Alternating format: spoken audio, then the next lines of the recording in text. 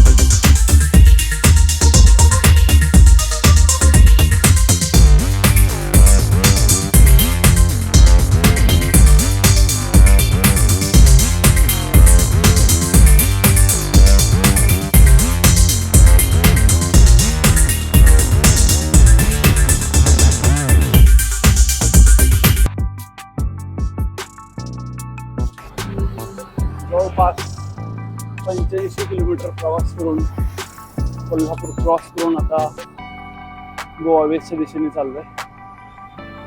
सकाळी फारसा विंड पण नव्हती आणि चांगलं वातावरण होणार, त्यामुळे काही राईडला फार त्रास झाला नाही. रनिंग फास्ट कव्हर झालं. आता कुठेतरी ब्रेकफास्ट करून पुढचा पल्ला सुरू करायचा. कोल्हापूर आणि निपाणी पास करून आता तोंदी घाटाजवळ आलेलो. तोंदी घाट म्हणजे एक दोन टर्न आहेत फक्त, 1 किंवा 2च, पण असं हसायला लावणार काय व्हिडिओ मध्ये एवढी गरज नाही. ज्यांनी हा तोंदी घाट पार गेला अजून त्यांना नक्की माहित आहे तोंदी घाट काय चीज. खाली थांबलोय, एनर्जी काय करायला, एकवट आहे आणि एकवटलेली सगळी एनर्जी तोंदी घाटात वापरायची, सुट्टी नाही, बेकार काम आहे.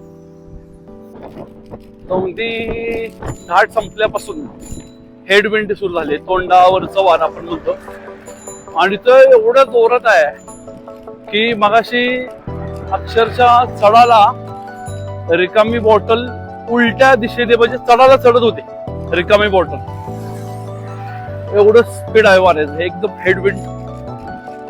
जर एरोडायनामिक पोझिशन नाही यूज केली तर वारं तुमची 25% एनर्जी तर कन्झ्युम करेल, एवढं हेडविंड आहे.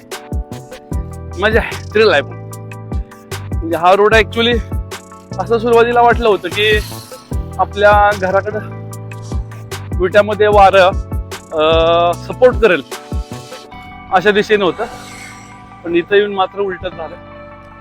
एकदम उलट वारं आलंय. असू दे, कित्तूरला पोचल्याशिवाय सुट्टी नाही. बेळगावकडे येताना तौंदीचा एक घाट लागतो, सगळ्यांना माहित आहे की तौंडीचा डोंगर आहे आणि तो स्टिफ एकदम सरळ चढायचा, टर्न वगैरे नाही आहे.